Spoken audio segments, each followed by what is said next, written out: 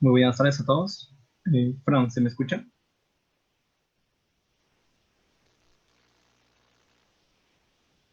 ¿Me confirma, Fran, si se escucha?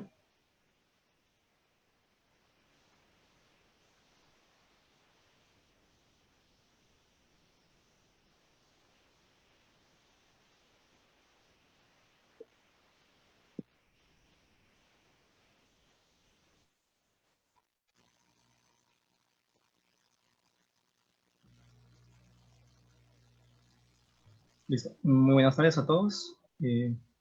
Bienvenido a todos los asistentes al quinto jueves geotécnico realizado por el Geograph Uni, esta vez junto con la empresa Soletan Bach. Bueno, en el cronograma para el día de hoy tenemos dos ponentes, el ingeniero Hugo Egobail Perea y el ingeniero José Antonio Sousa. Como primer tema de exposición es diseño y construcción de muros diafragma.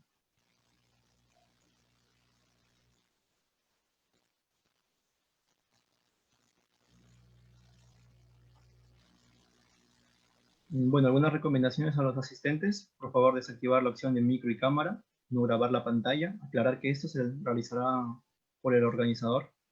Las preguntas deben ser escritas en el chat de la siguiente forma. Pregunta, dos puntos, entre signo de interrogación, su pregunta, y estas serán leídas al final de la exposición por el moderador, por mi persona.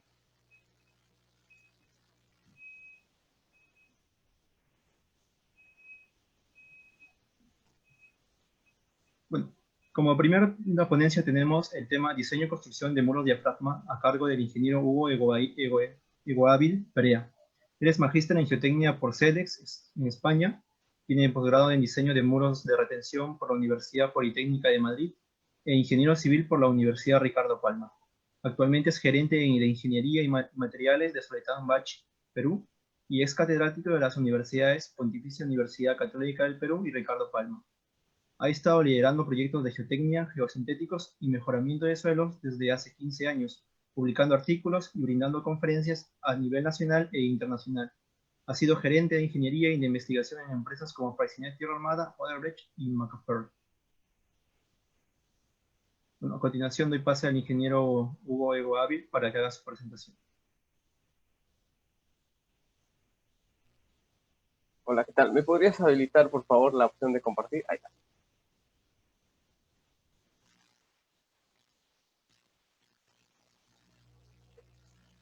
Bueno, buenas tardes con todos.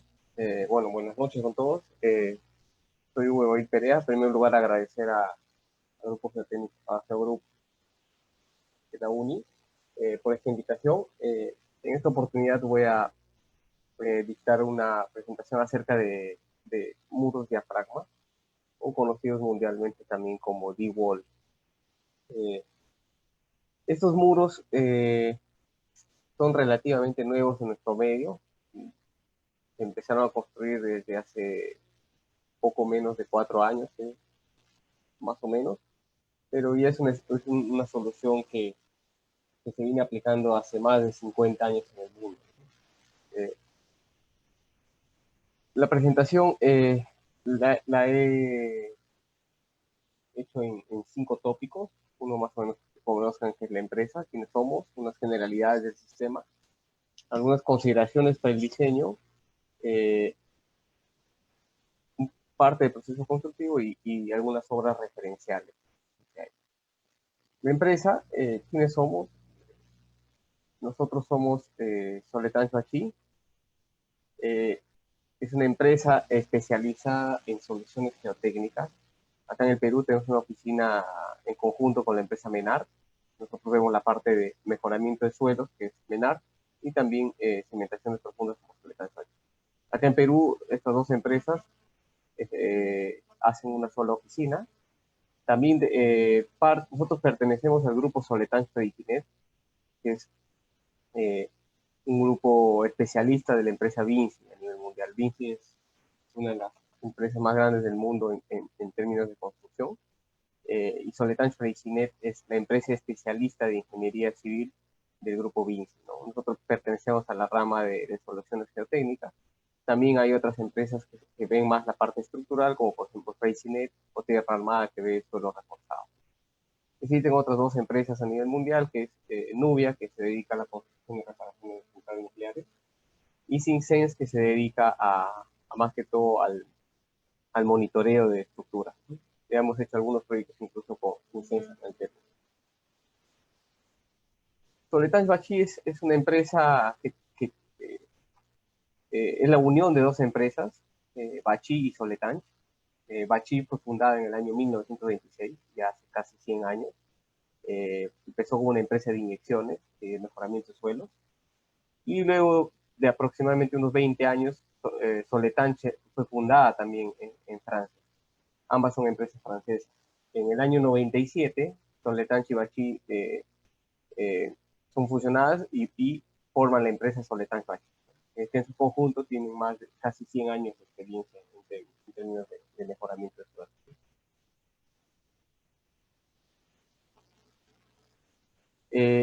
¿Qué hacemos como empresa? Nosotros nos dedicamos a lo que somos cimentaciones profundas, pilotes, estructuras de contención, sean muros anclados o muros diafragma, mejoramiento de suelos en los distintos tipos de sistemas.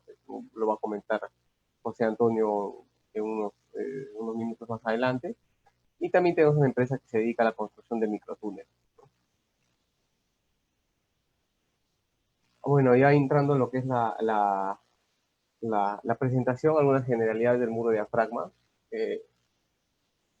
Este tipo de muro, los muros diafragma, están normados en Europa por la EN 1538.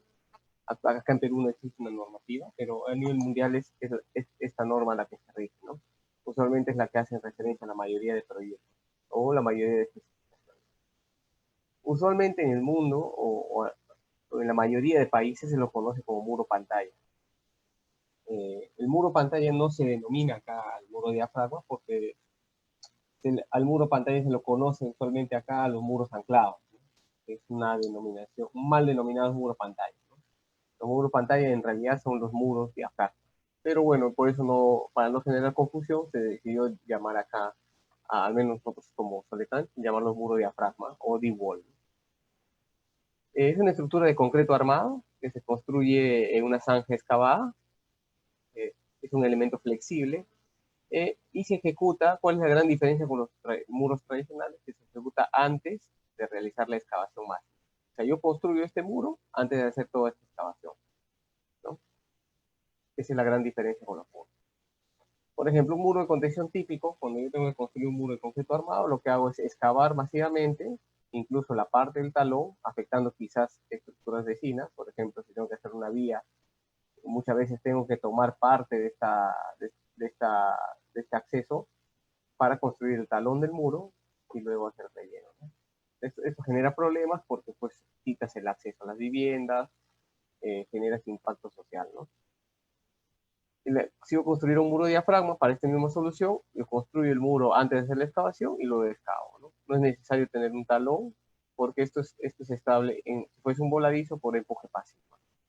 Mientras más empotramiento tenga, doy más factor de seguridad a la estabilidad del muro.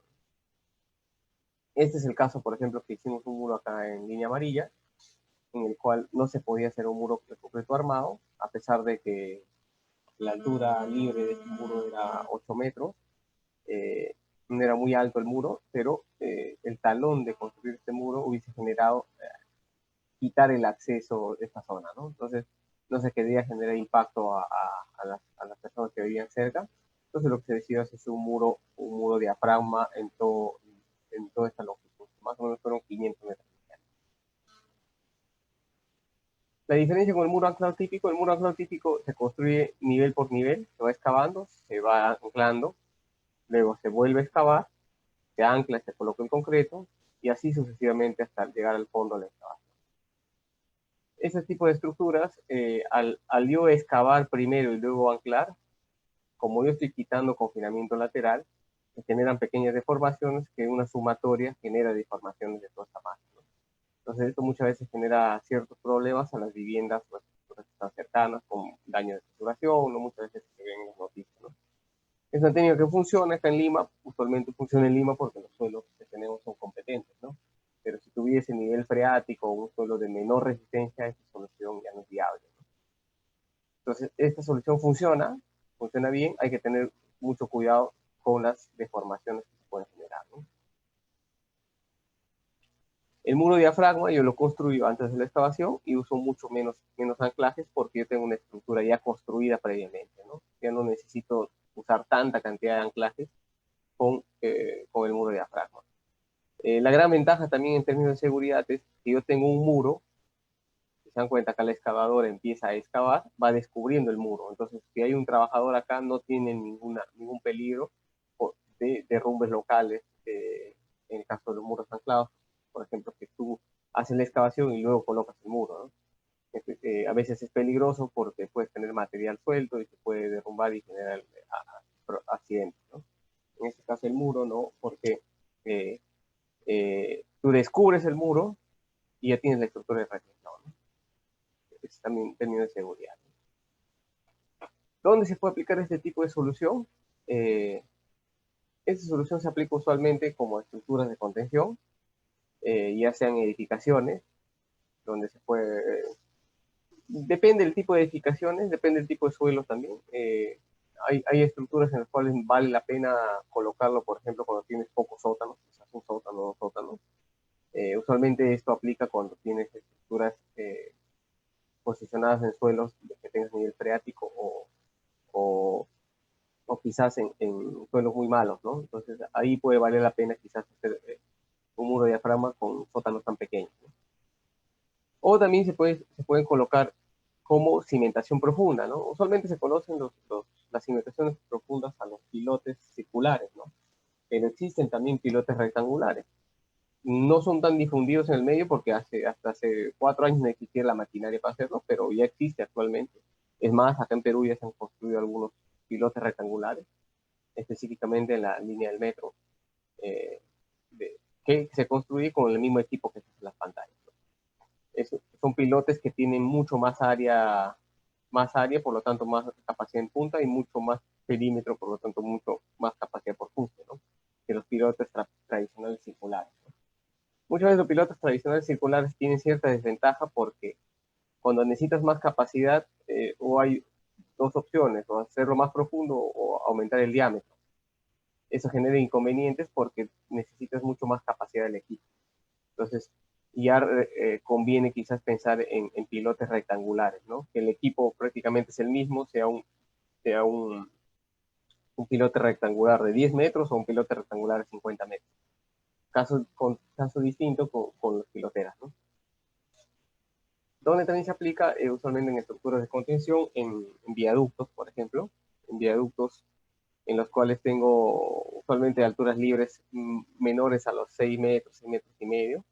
Usualmente esto lo marca la altura libre que existe entre el puente y la rasante, ¿no? Que por normativa, si mal no me equivoco, son 5 metros y medio, entonces tienes una altura máxima libre de 6 metros, ¿no? Entonces tranquilamente se podría construir muros en voladizo, ¿no? Y para evitar afectar a los vecinos, construyendo muros de concreto armado, porque tendría que tomar parte de estas vías auxiliares para construir el talón del muro, podría tranquilamente construir un muro diafragma, ¿no? Sin tocar las vías cercanas, ¿no? Existen dos tipos de muros cuando se construyen: los muros en voladizo, como este caso, que no utilizan anclajes, que es prácticamente estable por el empotamiento. hay que tener cierto cuidado con este tipo de diseños porque se tiene que diseñar muy bien el empotramiento, ya que la estabilidad depende enteramente del empuje pasivo, ¿no? Entonces también calcular muy bien las deformaciones en cabeza que se generan, porque no tiene ninguna restricción lateral, sobre todo en el caso de sismo, ¿no? O también pueden existir restricciones laterales, que es lo común cuando se utilizan estructuras más profundas, ¿no? Se pueden poner distintos tipos de restricciones laterales, ¿no? Ahora, ¿qué tipo de restricción lateral existen? Existen, bueno, varios tipos. Uno de los tipos es colocar puntales metálicos o de concreto armado. Estos se pueden colocar, se puede hacer una construcción de un sótano sin usar anclajes tranquilamente, va a depender mucho de la geometría de la excavación, pero no se puede tranquilamente no usar anclajes en un sótano, ¿no? ¿Por qué? Porque solamente los anclajes que se utilizan son temporales, ¿no? Tienen un periodo de vida 6 meses, máximo un año, ¿no? Cuando son sótanos. Entonces, se podrían usar puntales, los cuales se pueden reutilizar en varias obras, ¿no? Puntales metálicos, se utiliza bastante también. Acá en Perú no se utiliza mucho, quizás por la poca difusión, pero sí es fácil, es muy sencillo de utilizar, ¿no? Puntales metálicos, pueden ver acá también otro tipo de puntales, porque no en todos los suelos se puede anclar, ¿no? O no en todo, puedes tener incluso sótanos cercanos, ¿no? Hay distintos tipos de restricciones que no permiten anclar, ¿no? Entonces se puede utilizar puntales. O lo más conocido que pues, son los anclajes activos, ¿no? Anclajes mediante torón. Esos son los dos, mejor dicho, los dos principales tipos de restricción lateral. Existen otros tipos de restricciones laterales que no le puedo decir, son menos comunes. Por ejemplo, el construir contrafuertes, al frente, y luego estos contrafuertes se eliminan conforme se va construyendo el sótano. Es una técnica también que le hemos aplicado, pero es, es bastante particular porque hay que tener un correcto diseño y sobre todo en la construcción, ¿no? Que hay que luego eliminar el contrafuerte, pero también se utiliza. Hay distintos tipos de restricciones, no son las dos únicas. Algo que también tengan en cuenta que el anclaje activo no es la única solución para estabilizar un muro. Acá en el medio se conoce muy bien el anclaje activo, pero no es la única, ¿no? Existen, como digo, contrafuertes, existen los puntales metálicos, los puntales de concreto, se pueden construir sistemas top-down, hay distintos tipos de sistemas de restricción lateral, ¿no? Ahora hay que tener en cuenta cuál es la diferencia, por ejemplo, que existe entre un muro de diafragma y una pantalla de pilotes. ¿Cuál es la gran diferencia? La diferencia es que la pantalla de pilotes depende mucho, hay dos tipos de pantalla de pilotes. La pantalla de pilotes separados, que se separan de eje a eje cierta distancia, usualmente entre 1,5 diámetros a 3 diámetros. Y los pantallas de pilotes secantes, ¿no? Que se construyen uno al costado del otro. ¿Cuándo se construye uno y cuándo se construye el otro? Usualmente lo determina cuando existe nivel freático. Cuando existe nivel freático, usualmente se utiliza la pantalla de pilotes secantes, o sea, una pantalla casi estanca, construida una al costado de otra. Cuando el terreno es bueno y no tienes nivel freático, se puede construir una pantalla de pilotes separada, ¿no? Esta separación de eje a eje, como les digo, depende del tipo de suelo. Ahora, en los dos tipos de muros, usualmente como son estructuras irregulares que te quedan en el paramento frontal, usualmente se termina colocando un acabado, ¿no? En los casos de los muros de diafragma es una estructura continua. Productivamente es mucho más rápido construir un muro de diafragma que quizás hacer pilotes, porque el pilote tiene, sobre todo pilotes secantes, porque tiene que ser uno al costado de otro, incluso tienes que cortar un pilote, ¿no? Para colocar el otro. Este es el caso, por ejemplo, una pantalla de pilotes separados, luego tienes que colocar una malla y dar el acabado, ¿no? Eso se hacía mucho hace un poco más de 5 años, ¿por qué? Porque no se contaba con equipos de hacer muros de diafragma, ¿no? Entonces las únicas formas de hacer pantallas eran haciendo los pilotes. Pero actualmente se hacen con muros diafragma, ¿no? Esto es en estructura continua. Usualmente los muros diafragma, el acabado que se da es prácticamente del terreno, ¿no? Usualmente en un suelo más fino se tiene un acabado mucho más, se podría decir, más parejo. Cuando tienes estructuras, suelos más irregulares o un grava, el acabado es más disperso, ¿no? Esos cuales, sobre todo, es la diferencia entre muros, pantallas, distintos tipos de muros, muro, pantalla de pilotes y el muro de diafragma. Algunas consideraciones para el diseño, eh, algunas consideraciones sobre todo generales, porque la teoría de diseño es amplia, una, un tópico de 10-15 minutos tocando solamente diseño es casi imposible pues salir sabiendo diseñar un muro, ¿no? Pero la idea es más o menos que tenga lineamientos generales de qué se tiene que realizar en un cálculo de este tipo de estructuras. Entonces, imaginemos un cajón de un suelo homogéneo, un cajón el cual un lado de la pared no es fijo, es una pared móvil, ¿no? Entonces, ¿qué pasa con esta pared si esta pared es móvil? Si no existiera una presión, si no aplico una presión en este sentido, esta pared se desplazaría, ¿no? Se desplazaría hacia la derecha. ¿Por qué? Por el empuje del terreno que se genera acá. Entonces, yo tengo un empuje que se genera, un empuje activo, si hay deformación. Entonces, para yo contrarrestar o entrar en equilibrio, yo necesito darle una fuerza acá.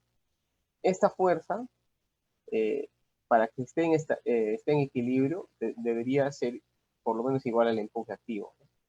Entonces, la idea de cuando tú tienes que calcular una pantalla anclada es calcular qué fuerza necesitas para estabilizar esta pared móvil, ¿no? Entonces, yo tengo esta pared sin anclaje debido al empuje, esta pared se va a deformar y va a colapsar. Entonces, lo que hay que hacer es calcular una fuerza la cual dé estabilidad a este terreno. Entonces, esta fuerza va a ser la fuerza estabilizadora que pueden ser varios tipos, pueden ser anclajes, pueden ser anclajes activos, pueden ser soy nailing, pueden ser puntales metálicos, puede ser incluso el empuje pasivo, ¿no? Pero hay que calcular una fuerza estabilizante. Para las pantallas existen distintos tipos de cálculos o distintas formas de calcular una pantalla, ¿no? Lo principal es calcular, las principales formas de cálculo son hacer un cálculo de tensión de formación mediante coeficientes de balazo, que es lo típico en pantallas, es el método más común de diseño, se podría decir, a nivel mundial de cálculo de pantallas. Existen distintos programas comerciales para hacer esto. El otro también es el método de equilibrio límite, que es muy común también para calcular factores de seguridad. Y el tercero, pues, es un cálculo de elementos finitos. ¿Okay? Ahora, no solo basta calcular un muro solamente, por ejemplo, por elementos finitos, cálculo de deformaciones o cálculo de tensión de formación con coeficiente de balazo. No solamente debe quedar ahí el cálculo, hay que calcular un factor de seguridad global o interno para ver en qué orden de seguridad anda el proyecto, ¿no? Porque tranquilamente yo puedo calcular las deformaciones y tener un factor de seguridad, no sé, de 1.3 en condición estática, no cumpliendo lo que dice la norma, ¿no? Entonces, estos dos análisis se tienen que hacer sí o sí. Ahora, tampoco se puede hacer solamente un análisis de equilibrio límite, ¿no? ¿Por qué? Porque si yo hago solamente un análisis de equilibrio límite, imagino yo diseño un muro, solamente considerando el equilibrio límite que tengo que llegar a un factor de seguridad de 1.5, usualmente en estos programas no se inserta el proceso constructivo. Entonces yo no sé, por ejemplo, qué deformación está teniendo la pantalla. Entonces, tranquilamente, puedo yo llegar a un factor de seguridad de 1.5 y cumplir, sí, pero las deformaciones pueden estar en el orden de varios centímetros, generando problemas a las viviendas aledañas. Entonces, hay que tener mucho cuidado. Usualmente se ven cálculos de solamente equilibrio límite cuando hablan de pantallas ancladas, pero eso debería ser complementado con cálculos de deformación, porque como les digo, puede cumplir en condición de estabilidad, pero la pantalla está bastante deformada y generando problemas a las estructuras cercanas, ¿no? Entonces, se debería exigir los dos tipos de cálculo tanto de deformaciones de la pantalla para ver en qué orden de magnitud se está deformando y se está afectando o no a las estructuras cercanas, y el cálculo de equilibrio límite para saber el factor de seguridad que estamos teniendo. Eso es importante que lo conozcan. ¿Por qué? Porque al no existir un código o una normativa bastante bien estricta o que te diga exactamente qué es lo que se tiene que obtener, usualmente muchas veces se ve en varios informes que se obvia uno u otro cálculo, ¿no? Solamente haciendo uno de los dos, ¿no? La verdad, debería ser los dos. ¿Cuáles son los cálculos, mejor dicho, los pasos a realizar un cálculo de un muro de diafragma? Lo que hay que calcular usualmente es el empotramiento. ¿Qué empotramiento necesito?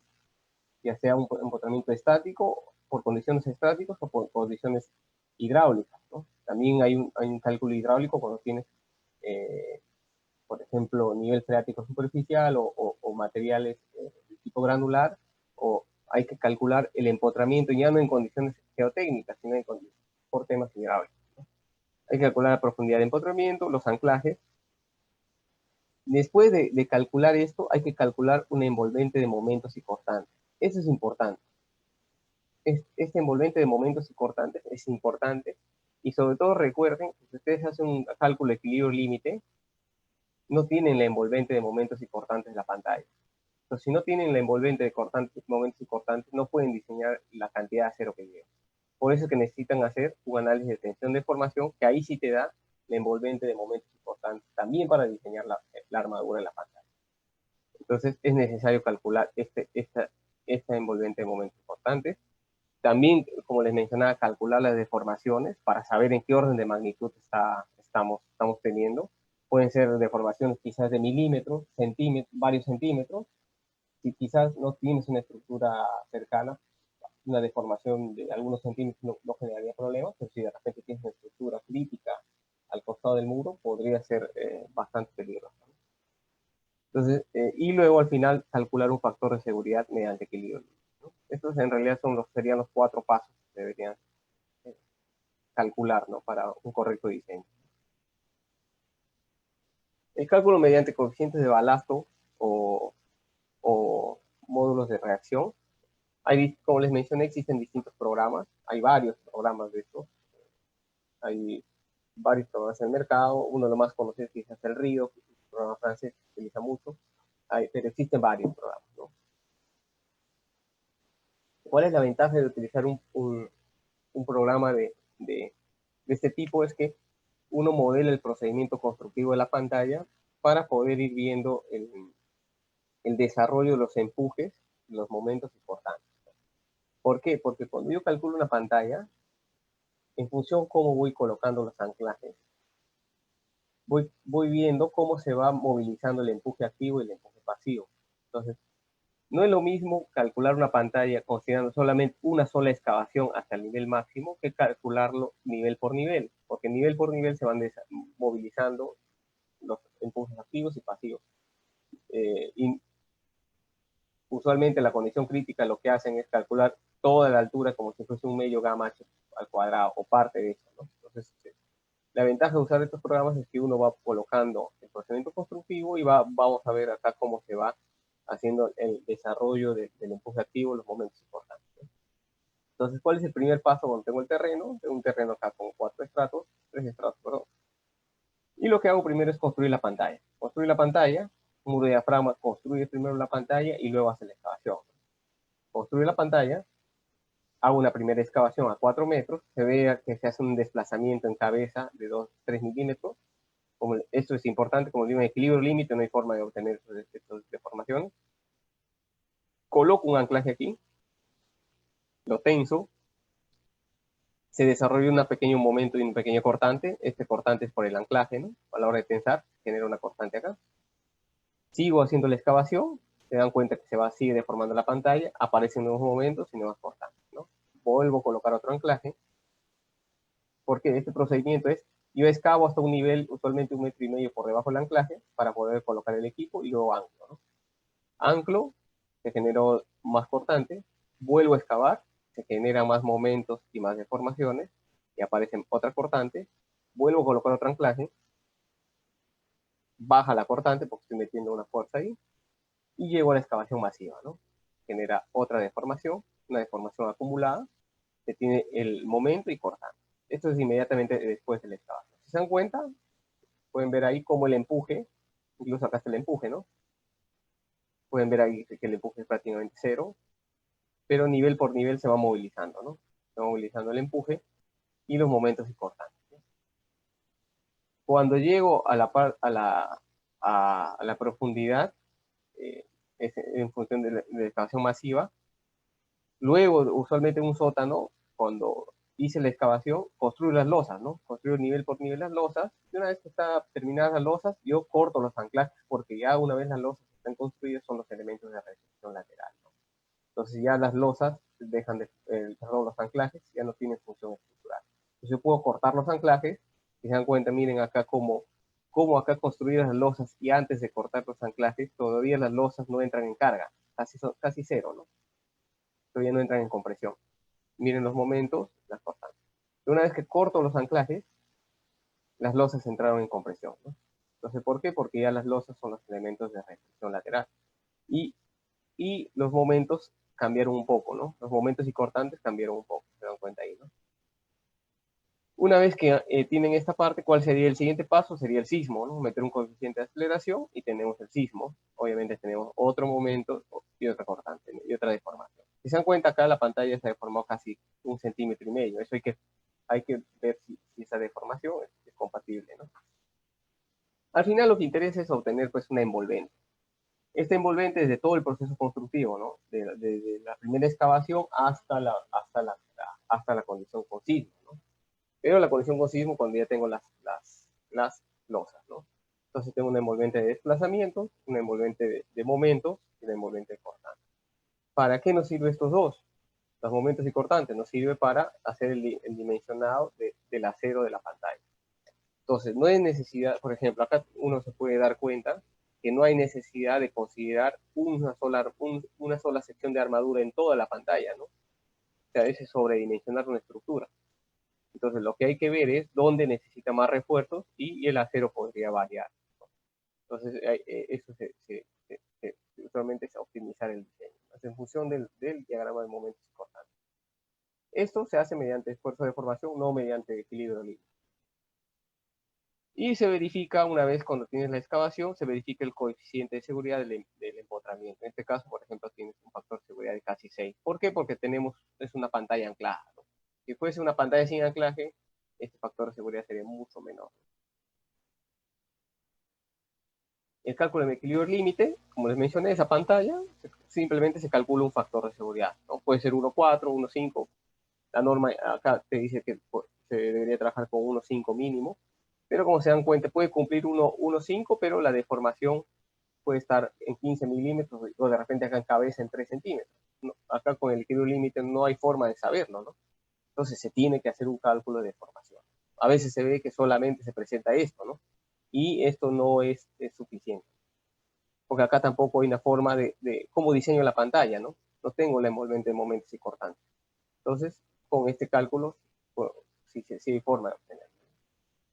O lo puedes hacer también mediante un cálculo más detallado, mediante elementos finitos. En Plaxis también se puede obtener momentos importantes, un factor de seguridad, ¿no? Un programa mucho más interesante, ¿no? Pero si no cuentan con una licencia de esto, se puede hacer mediante un programa de este tipo, que son licencias un poco más económicas, o mediante equilibrio límite, que es el complemento, ¿no?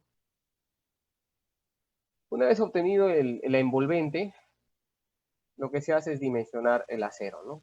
Con este envolvente, yo dimensiono el acero y coloco, por ejemplo, algunos refuerzos puntuales donde necesito más cortante, más momentos, ¿no? No necesariamente toda la misma cantidad de acero en toda la profundidad. Imagínense una pantalla, quizás, no sé, de 30 metros de profundidad y solamente en algunos puntos necesites mayor refuerzo, ¿no? De repente solamente en un tramo puntual de 3 metros.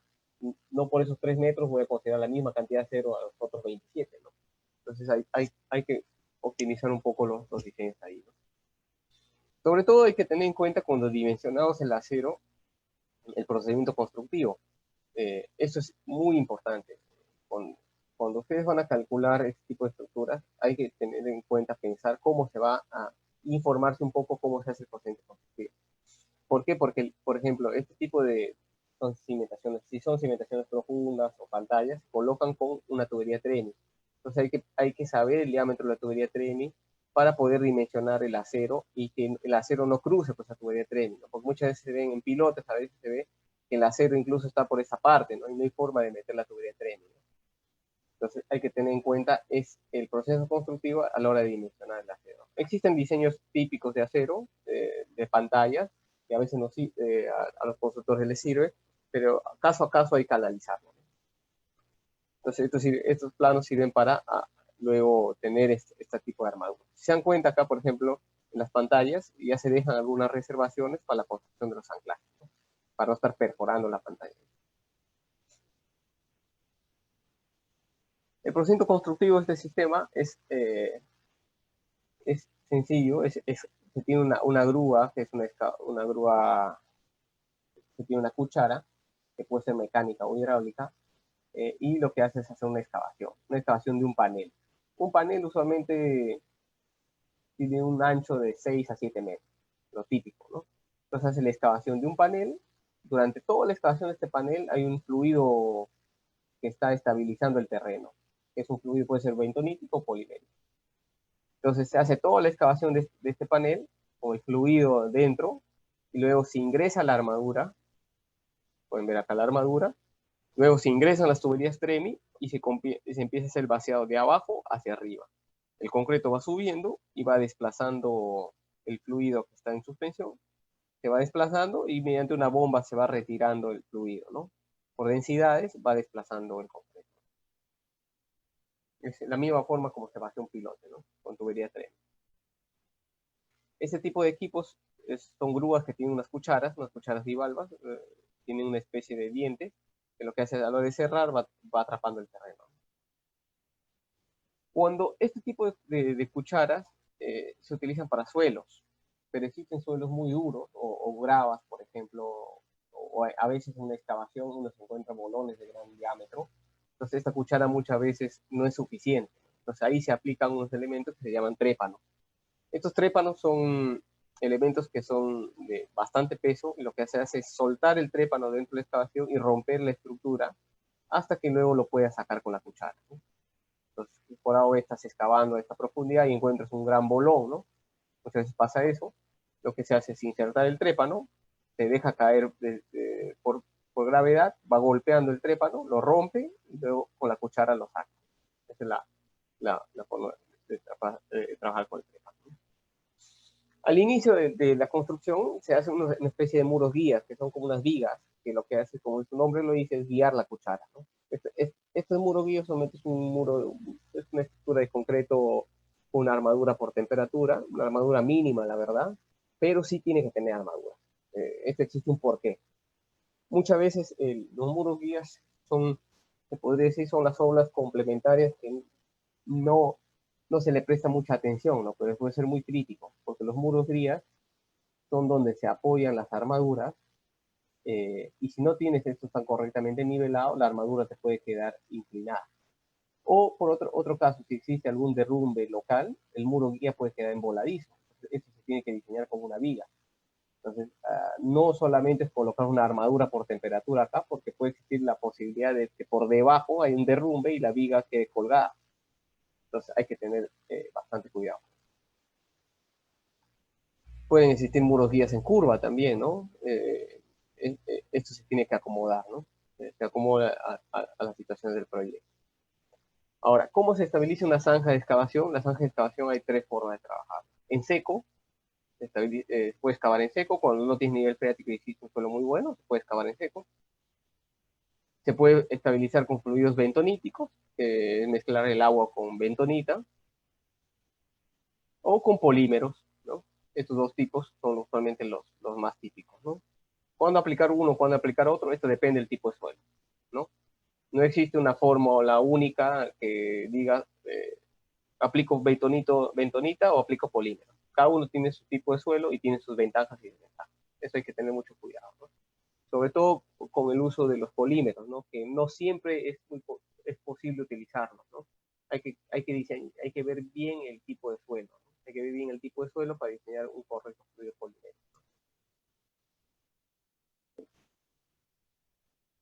Pero, ¿para qué sirve este fluido bentonítico? Como se mencionó, con los poliméricos sirve para estabilizar la excavación, otro sirve para el transporte de materiales, porque usualmente el material que vas excavando muchas veces queda en suspensión de este tipo tipo de polímeros, de fluidos. Y luego otra cosa importante es que enfría las herramientas de excavación, ¿no? Porque las herramientas de excavación están en constante fricción, se van calentando, y si no tuviese un líquido o un fluido dentro de la excavación, la herramienta se calienta, ¿no? Entonces, a la hora de ingresar la herramienta, se va enfriando, ¿no? Porque tienes un fluido ahí. Entonces, como les mencioné, estos paneles se construyen en anchos de 6 a 7 metros y se construyen en, se dicen en mordiscos, ¿no? Cada mordisco de este equipo tienen 2,70 metros de ancho, ¿no? Entonces, haces un mordisco en toda la profundidad, luego intercalas al siguiente, no es consecutivo, haces el segundo en el otro lado de la junta y al final haces el tercero, ¿no? Entonces, tienes el primero que es 2,70, el segundo que es 2,70 y el tercero no tiene que ser 2,70, solamente varía en 0,60 un metro. ¿Esto de qué depende? Depende también del constructor. Por eso dice que un ancho de un panel varía entre 6 a 7 metros. Ahí se puede ver la excavación, está siempre en presencia de lodo, ¿no? Para evitar que las paredes se cierren. ¿Cómo se construye? Como les mencioné, un panel tiene más o menos 6 a 7 metros, tiene distintos tipos de paneles, se construye la primera fase, se pasa a la siguiente y luego se vuelve a hacer el tercero. Se construye uno, se intercala y se construye el centro, ¿no? Igualito acá, uno, construye, se pasa, se hace intercalado y se vuelve por el medio, ¿no? Es la forma de construir un muro. Esto usualmente se programa en obra para que el equipo esté en constante rotación, ¿no? Y pueda hacer, ir cerrando toda una construcción, ¿no? No avanzando linealmente, no es que empiezo en un punto y voy linealmente hasta donde termine el muro, no. Solamente el equipo va saltando, ¿no? Y va cerrando la excavación. Se va moviendo en toda la obra hasta cerrar la excavación. Esta es la forma de construir. Tengo la grúa, va haciendo el panel, ¿no? Y como les digo, incluso acá pueden ver el cerco de la obra está al costado del panel, ¿no? Es una de las ventajas, ¿no? Si después un muro de concreto armado, pues esto sería imposible. Entre panel y panel se colocan juntas. En nuestro caso, como Solitario Machine, nosotros tenemos una junta, que es la junta CWS, que es de forma trapezoidal, tipo una llave de corte, que nos permite dejar al medio una junta water stop, ¿no? Esta junta water stop lo que hace es restringir al máximo el paso del agua, ¿no? Porque cuando yo tengo una junta, es un punto crítico, al menos cuando tengo nivel freático, porque en esa zona eh, eh, el agua va a tratar de ingresar a la excavación. Si no tengo un elemento al medio que me evite, el agua puede empezar a pasar por la junta, ¿no? Va a buscar el camino, la idea es hacer el camino más largo y colocar una barrera que evite que el agua continúe. Esta junta CWS nos permite colocar la junta. Las armaduras se construyen en función de los planos a detalle. Estos planos tienen que estar bien especificados. Nosotros tenemos un área de ingeniería que cuando hace la ingeniería de detalle especifican todas las varillas que hay que colocar y incluso con un metrado por cada panel, ¿no? Luego se hace el lizaje, se ingresa esta varilla, puede ser levantada dependiendo del peso de la armadura, puede ser levantada de una sola vez, depende también de la grúa que tenga, o puede ser colocada en varias fases, ¿no? Luego se deja colgando la excavación para proceder al vaciado del concreto, ¿no? Se hace el vaciado del concreto mediante una tubería de Treming. Esta tubería de Treming es la que permite hacer el vaciado del concreto. Las tuberías Treming se utilizan casi en todas las cimentaciones profundas, salvo en algunos países que no hacen el vaciado mediante tubería Treming, sino hacen un vaciado desde la boca de la excavación a gravedad. Son pocos los países que hacen eso, pero casi en todo el mundo se utiliza la tubería Treming. La tubería Treming es una estructura creada por el ingeniero Treming y que se podría decir que es un embudo, ¿no? Es como un embudo que se coloca en la excavación y llega el mixer, vacía sobre el embudo, entonces baja el concreto y por la parte inferior empieza a salir el concreto y a subir. Entonces, este concreto se tiene que diseñar correctamente porque el primer mixer que llega coloca el concreto y el concreto empieza a salir. El segundo mixer llega y desplaza el concreto al primer mixer y así sucesivamente. Entonces el concreto va ascendiendo. Entonces hay que diseñar bien el concreto para que el concreto tenga cierta trabajabilidad y en un tiempo determinado, porque si, imagínense, si yo me demoro en vaciar esta estructura, no sé, 4 horas, no puede ser posible que el concreto a las 3 horas empiece a perder trabajabilidad, porque el concreto tiene que seguir desplazándose. Entonces, si por ejemplo a las 3 horas empieza a perder trabajabilidad y yo estoy a la mitad, ya no va a poder ser desplazado, ¿no? Entonces vas a tener un problema en este panel. Entonces, ¿qué es lo que quiero decirles acá y cuál es el mensaje? El mensaje es que cuando ustedes tengan un proyecto, con, ya sea de muro de diafragma o de pilote, el concreto, el diseño del concreto, no existe un diseño típico. O sea, no es que la concretera X tenga un diseño para tubería de tren y estándar para todo el Perú y para todos los proyectos. No es eso no es así. El concreto se tiene que diseñar proyecto por proyecto, porque no es lo mismo, por ejemplo, un pilote o un panel de 10 metros de profundidad que un panel de 30 metros de profundidad. El tiempo de vaciado es distinto. Por lo tanto, el, el, el, la trabajabilidad del concreto va a variar en ese tiempo. O sea, por ejemplo, yo podría exigir a la concretera una trabajabilidad de 3 horas, o de 5 horas, o de 6 horas. Va a variar de acuerdo al volumen, ¿no? Yo le puedo decir, necesito que el slam se mantenga, no sé, entre 6 y 8 pulgadas, eh, perdón, entre 8 y 10 pulgadas durante 4 horas, o necesito que se mantenga esas 6 a 8 pulgadas en 3 horas. O también podría ser el caso de que necesito que esas 6 a 8 pulgadas se mantenga en 6 u 8 horas. ¿De qué va a depender? Del volumen. O sea, como el mensaje es, no existe un solo diseño de concreto para todas las estructuras. Eso se tiene que dimensionar dependiendo del volumen, dependiendo de la distancia de la concretera. Esto hay que tenerlo en cuenta, ¿no? Entonces, pueden existir diseños típicos por ahí, quizás que tengas para tiempos de permanencia, no sé, de 6 horas, sí, pero de repente yo tengo un pilote de, no sé, de 10 metros y que lo vacío en 1 hora. Entonces, es mucho tiempo de permanencia, el concreto quizás sea más caro, cuando podría tranquilamente trabajar con menos permanencia. Entonces, esto hay que dimensionarlo bien, ¿no? A la hora de hacer la excavación, una vez que hago el vaciado y el concreto ya fragudo, se hace la excavación. La excavación hay distintas formas de hacerlo, esto depende mucho de la profundidad. Entonces, la excavación se puede hacer mediante rampa, que es lo típico acá en nuestro medio. Se puede hacer mediante una plataforma metálica. Esto es una alternativa bastante interesante porque esta plataforma yo la puedo usar en varias obras. Son plataformas que las desmontas y las vas usando en otras obras. Y ya no tengo la rampa, ¿no? Entonces puedo hacer los anclajes de esta zona, porque cuando yo tengo la rampa, no puedo hacer los anclajes de esta parte. Al final se me vuelve como un cuello de botella esta zona, porque tengo que regresar a hacer los anclajes. Cuando yo lo hago con una rampa, yo puedo hacer los anclajes de esta parte. Entonces coloco la grúa acá arriba y voy quitando el material con un excavador y con la grúa. O lo que se puede hacer en algunos casos es mediante algo combinado, ¿no? Usar rampas con una especie de un puente metálico temporal. Nosotros, estas son obras nuestras en México, por ejemplo, que ahí sí utilizamos puentes temporales. Estos puentes igual son reutilizables en varias obras, ¿no? Entonces no hay por qué cargar este costo a una sola obra. Se pueden utilizar en varias obras, ¿no? Entonces, ¿por qué se hace esto? Para poder hacer el anclaje de esta zona, ¿no? Si tuviera una rampa aquí, tendría que volver a regresar a hacer el anclaje, ¿no? Y al final tenemos la estructura pues excavada, con los muros diafragma, y al final con los anclajes y haciendo la construcción de las obras. Algunas obras de referencia, por ejemplo, esto se hizo una construcción en Baltimore. No es una obra muy grande, pero es interesante porque está al costado del mar. Entonces tenemos aquí un muro diafragma con nivel freático muy superficial al costado.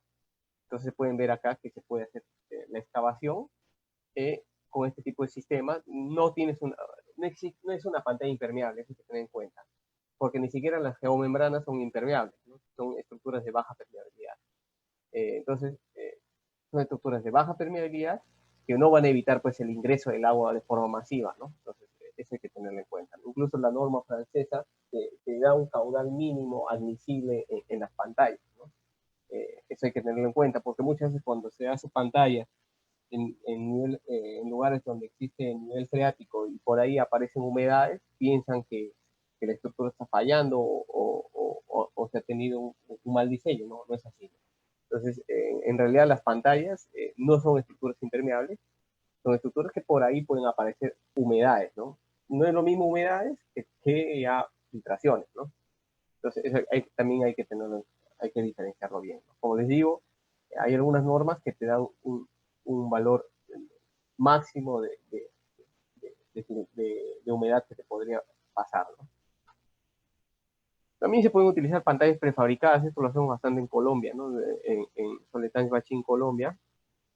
En Colombia existe un gran mercado de prefabricados, ¿no? Entonces, tenemos una planta de prefabricados que fabrica pilotos prefabricados y hacemos pantallas prefabricadas también, ¿no? Entonces, hacemos pantallas prefabricadas solamente cuando tienes estructuras de 15 metros de profundidad, ¿no? Ahora ya hemos patentado una junta en la pantalla, ya podemos hacer incluso pantallas más profundas. Antes el límite era 12, 15 metros, porque no teníamos forma de transportar. Acá el prefabricado actualmente el límite es el transporte.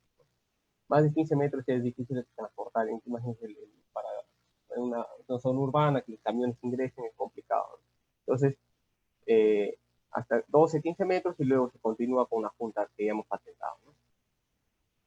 Estas son las estructuras, ya tienes un acabado caravista, ¿no? Esto parece una estructura de concreto tradicional, pero en realidad es un muro de diafragma, ¿no? Pero con prefabricado. Puede ser con estructuras rectangulares o mediante similares en una tabla estaca, ¿no? Esta es una estructura en México, que se hizo una estructura, un muro diafragma combinado con un shotcrete. Este fue un proyecto bastante interesante porque tenías una primera parte que era un material que se podía hacer con un muro diafragma excavado, y luego en la parte profunda tenías un material, un conglomerado bastante resistente, que lo que se podía hacer es un shotcrete, ¿no? Entonces, esta primera parte se hizo con muro diafragma y la parte de abajo se hizo con un shotcrete. Un diseño muy interesante y bastante complejo, ¿no? Hacer dos tipos de estructuras en vertical, ¿no? Esto es otra, imaginen también el nivel de máximo de excavación, 42 metros, ¿no? Este es un top-down que se hizo también en México. Ahí se llegó a un nivel máximo de excavación de 48 metros y 16 sótanos, ¿no? Son estructuras bastante profundas en suelos bastante malos, ¿no? Como en la Ciudad de México. Son arcillas que tienen alrededor de 200 a 400% de humedad, ¿no? Acá en Perú ya tenía algunas experiencias. La primera que hicimos fue hacer un cut-off wall en Antamina, una pared por debajo de una futura presa, para evitar la infiltración, ¿no? Entonces hace una pantalla, no con el fin estructural, sino una pantalla con el fin que no cortar la filtración, ¿no? Es una pantalla de 30 metros, de un ancho de 1 metro de espesor, ¿no? Esta es la obra que se hizo. Esta es la cuchara de excavación, una cuchara mecánica en este caso. Es una pantalla de 30 metros, por debajo de la pantalla se hicieron inyecciones, ¿no? Y estos son los patios de los lobos bentoníticos, ¿no? Esta es otra obra que se hizo, una que se hizo acá en Lima, es en la que le mostré, es en línea amarilla, ahora Lima Expresa, creo. Un muro lineal de 500 metros, ¿no? Esta es la zona de Cantagallo, se hizo un muro emboladizo de 8 metros de altura libre. Es al costado del río. Acá lo interesante de este proyecto es que los 8 primeros metros era un botadero, ¿no? Y hacia abajo ya tienes la grava de Lima, ¿no? Un, un diseño bastante particular porque lo que estaba conteniendo no era un material homogéneo, era un material bastante heterogéneo. Otro sótano que se hizo, un sótano que se hizo acá en Lima fue en la UCIL, la Universidad de UCIL. Son 3 a 4 sótanos, acá en La Molina, se hicieron con muro diafragma también. Acá se puede ver el proceso constructivo, los muros con estructuras cercanas, ¿no? Y también hemos hecho unos sótanos en Chiclayo, para la clínica UNA. En Chiclayo hay la particularidad que tienes nivel freático superficial y que tienes una potencia en los primeros metros de un material bastante fino, de baja capacidad. Entonces es bien complicado o bastante difícil con técnicas tradicionales que haga un sótano en Chiclayo. Son pocas las estructuras que tienen sótanos en Chiclayo. Entonces no es común encontrar sótanos. Entonces nos presentó este proyecto bastante interesante, presentamos una ingeniería de detalle y le dimos una solución al cliente, ¿no? Se le dio el cliente tenía el problema de que necesitaba hacer 2 sótanos en un suelo de baja capacidad y con nivel freático, y en un lugar donde no es típico hacer sótanos. Entonces nos presentó esta solución, nos presentó este proyecto, y nosotros lo que le hicimos es darle una alternativa. Le hicimos una ingeniería de valor, le presentamos una ingeniería de detalle, solucionándole ciertas preocupaciones por parte de ellos. Una de ellas fue diseñar este cajón, el cual no debería tener ningún anclaje, el cual este cajón tiene un suelo que es una arcilla de 8 metros de potencia, nivel freático superficial, y el cual no puedes utilizar ningún anclaje y ninguna restricción lateral. Un diseño bastante interesante y bastante particular que hicimos acá en nuestra área de ingeniería, ¿no? Y logramos darle solución. Construimos este cajón sin usar ningún anclaje y ningún elemento de restricción. Luego en las esquinas, como les mencioné al inicio de la charla, hay formas de estabilizar sin usar anclaje. Hemos usado puntales metálicos, ¿no? Puntales metálicos en estas esquinas. Con esta forma optimizando anclajes, ¿no? Estos puntales metálicos se quitan, luego acá se termina la obra y se llevan a otra obra y se utilizan, ¿no? Entonces hay forma de evitar usar anclajes también, ¿no? Entonces hay forma de optimizar el diseño. Y también darle mayor rapidez a la obra. Esa es la obra, ¿no? Se empezó a construir, se empezó a excavar, solo bastante fino, con los pozos si se dan cuenta, acá existe un pozo, fueron bombeando el agua y empezaron a hacer la excavación. Usamos algunos anclajes, ¿no? Unos anclajes de inyección repetitiva selectiva, y se empezó a construir el sótano, ¿no? Es un proyecto bastante interesante, como digo, un lugar donde no es típico colocar sótanos por problemas que ahora con esta técnica es posible darle solución, ¿no? Y actualmente acá en Lima lo que estamos haciendo es construir algunas estaciones del metro, de la línea 2 del metro, ¿no? Ya hemos construido 2 estaciones, perdón, y estamos empezando con la tercera, ¿no? Son obras bastante interesantes, son estructuras de tipo top-down, con muros entre 80 centímetros a 1 metro de espesor, con profundidades variables, con nivel freático, y en el cual también hacemos pilotes y barres, ¿no? Entonces, ahí pueden ver la construcción de las estaciones del metro de Lima, ¿no? Acá se está haciendo un trabajo, en algunos casos, a doble turno, ¿no? Por el nivel que se necesita de la premura, ¿no? Pues eso es la presentación que le preparé, sobre todo tocando términos generales de cada punto, acerca de la parte de diseño, parte de generalidades, diseño, parte del aspecto constructivo, ¿no? De todos modos, si tienen algunas consultas, bienvenidos puede escuchar. De todos modos, si quizás por el tiempo no da para poder responder a todos, este es mi correo electrónico, me pueden escribir sin ningún problema, y todo les puedo mandar información o ayudarles con algunas consultas que tengan, ¿no?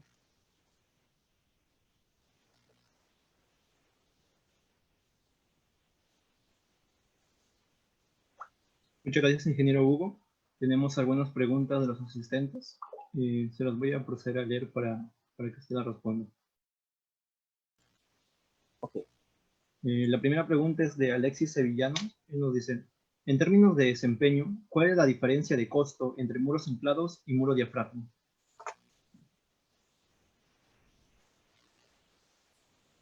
¿Me escuchan? ¿Aló? En términos de costos, es variable, ¿no? Porque no es lo mismo construir 2 sótanos o construir 9 sótanos, ¿no? Es diferente, el costo por metro cuadrado es distinto. No es comparable tampoco porque son estructuras distintas. Solamente los muros anclados tradicionales son estructuras un poco más baratas que los muros diafragma. Pero hay que tener en cuenta que lo que hay que analizar no es el costo del metro cuadrado de un muro versus otro muro. O sea, no es lo viable comparar metro cuadrado con metro cuadrado. Lo que hay que comparar es cuánto me demoro, el costo de construir todo el sótano. O sea, no es lo mismo construir el muro no sé, en 6 meses que construir otro muro con excavación en 4 meses, ¿no? Tienes más gastos generales, ¿no? Te demoras más, el cliente incluso, si tú le adelantas la obra 2 meses, puede alquilar o vender los departamentos mucho más rápido, ¿no? Imagínense, una tienda, son estructuras para alquiler, oficina, ¿no? Entonces tú puedes adelantar 2 meses o el tiempo que sea, puedes adelantar, y ese costo también debería ser considerado a la hora de hacer el comparativo, ¿no? Tú comparas costo por costo, muro con muro, sin ver el término de seguridad, el término de rapidez y el término de los gastos generales o los costos que te genera uno hacerlo más lento. Eh, Sin considerar eso, obviamente el costo por metro cuadrado de un muro anclado es más barato que un muro de diafragma, ¿no? Ahora, el muro de diafragma no aplica en todos los casos, ¿no? Eso es así, ¿no? No puedo construir todos los sótanos de Lima con muro de diafragma, no es viable. Entonces, los muros de diafragma usualmente se colocan en estructuras que necesitas hacer un muro de diafragma. ¿Dónde necesitas un muro de diafragma? Por ejemplo, necesitas en lugares donde tengas nivel freático, un suelo malo, un lugar donde no puedas anclar, ¿no? O si por A o B necesito un sótano muy profundo en el cual ya por el mismo sistema constructivo yo me puedo ahorrar algunos meses de construcción, es una solución óptima. Pero, por ejemplo, 2 sótanos tradicionales en Lima no haría un muro de diafragma, pero un muro anclado, ¿no? Prefiero hacer un muro anclado, quizás, ¿no? Es más viable económicamente. Pero ya en estructuras más profundas, donde tengas ciertos problemas de limitaciones, de espacio, hay proyectos en los cuales nos llegan y nos dicen que tienen problemas con los vecinos, que hacer un muro anclado es muy crítico porque puedo deformarle y generar problemas a los vecinos. Y al aplicar un muro anclado no es viable, ¿no? Tendría que hacer otra estructura y un muro de diafragma ahí es viable. Entendí que- Entonces, tenemos la siguiente pregunta es de Álvaro Bendezú. Él nos pregunta, en el caso de muros diafragma que se ejecutan con shotcrete, ¿qué tipo de refuerzo se usa para ese shotcrete? ¿Fibras o refuerzo convencional con barras de acero? Ahí creo que hay una confusión. El muro de diafragma no es un muro de shot. El muro de diafragma es una estructura que se construye con una cuchara y es un concreto tremi que se coloca, ¿no? El muro shotcrete se podría decir, es una alternativa al muro anclado, ¿no? Tu muro anclado lo haces usualmente acá en Lima mediante encofrado, ¿no? Haces baseas mediante encofrado. El muro anclado tranquilamente lo podría hacer con shotcrete, ¿no? No tendrías por qué usar un encofrado, también lo puedes hacer con shotcrete. Su consulta fue con respecto a al acero, ¿no? ¿Qué acero utilizo? La pregunta es si se utiliza fibras o refuerzo No, convencional. No sé. por ejemplo, si utilizaría, no para un muro diafragma, ¿no? Si utilizaría un muro shotcrete en reemplazo de un muro anclado, lo usual es utilizar varillas de acero, ¿no? La fibra usualmente no se utiliza en muros, ¿no? Se utiliza más en pavimentos o estructuras de este tipo. Eso hay que tener. Ahora, no he visto un muro de sótano hecho con fibra. Usualmente las fibras más se colocan en túneles. Habría que ver el acabado que tiene con las fibras, ¿no?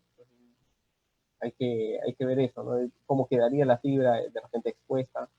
Usualmente más para pavimentos, más para sostenimiento de túneles, ¿no?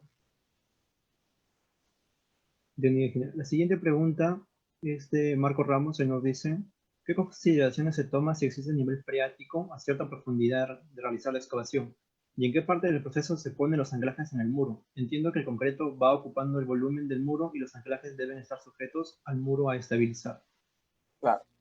Cuando existe nivel freático, un muro anclado ya no lo puedes hacer, un muro tradicional. Tienes que hacer un muro diafragma. En tu diseño, obviamente, tienes que construir tienes que considerar el nivel freático y sus variaciones del nivel freático.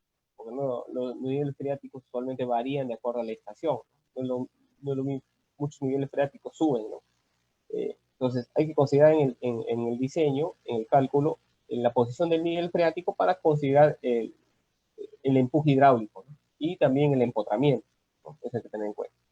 Hay que diseñar la estructura para que, teniendo en consideración el nivel freático, ¿no? Y la supresión que puede generar. Eso es término de diseño. En términos constructivos, lo que hay, cuando tú construyes mediante un lodo, el lodo lo que hace es estabilizar la pared. Y como el lodo usualmente tiene una densidad mayor a la del agua, eh, se estabiliza la pared incluso con nivel freático. Entonces, los lodos, ya sean bentoníticos o poliméricos, lo que hay que tener cuidado simplemente es que la carga hidráulica sea mayor que el agua, el nivel freático. Por ejemplo, se recomienda que el nivel del lodo siempre esté por lo menos 2 metros por encima del nivel freático. Entonces, si yo tuviese el nivel freático, no sé, a menos 3 metros, el lodo siempre tiene, como usualmente el lodo está a nivel de la plataforma, entonces va a estar, si va a estar a nivel cero, pues tranquilamente ahí tienes 3 metros de carga, no hay problema. Pero ¿qué pasa? A veces tienes niveles freáticos superficiales, quizás a 1 metro, y tienes solamente 1 metro de carga. Lo recomendable es tener por lo menos 2.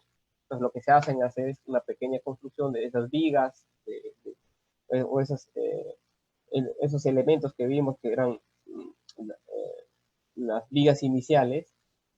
eh, Esas vigas se hacen mucho más grandes para generar 2 metros de carga hidráulica. Entonces la consideración es tener cuidado con la altura de la carga hidráulica del lodo bentonítico, que lo recomendable es de 2 metros por encima, por lo menos. Y la siguiente es, bueno, tener un correcto diseño del anclaje, ¿no? Más que el diseño, una correcta construcción, ¿no? Hay que tener un sistema constructivo que evite la salida del agua, ¿no? Durante la construcción.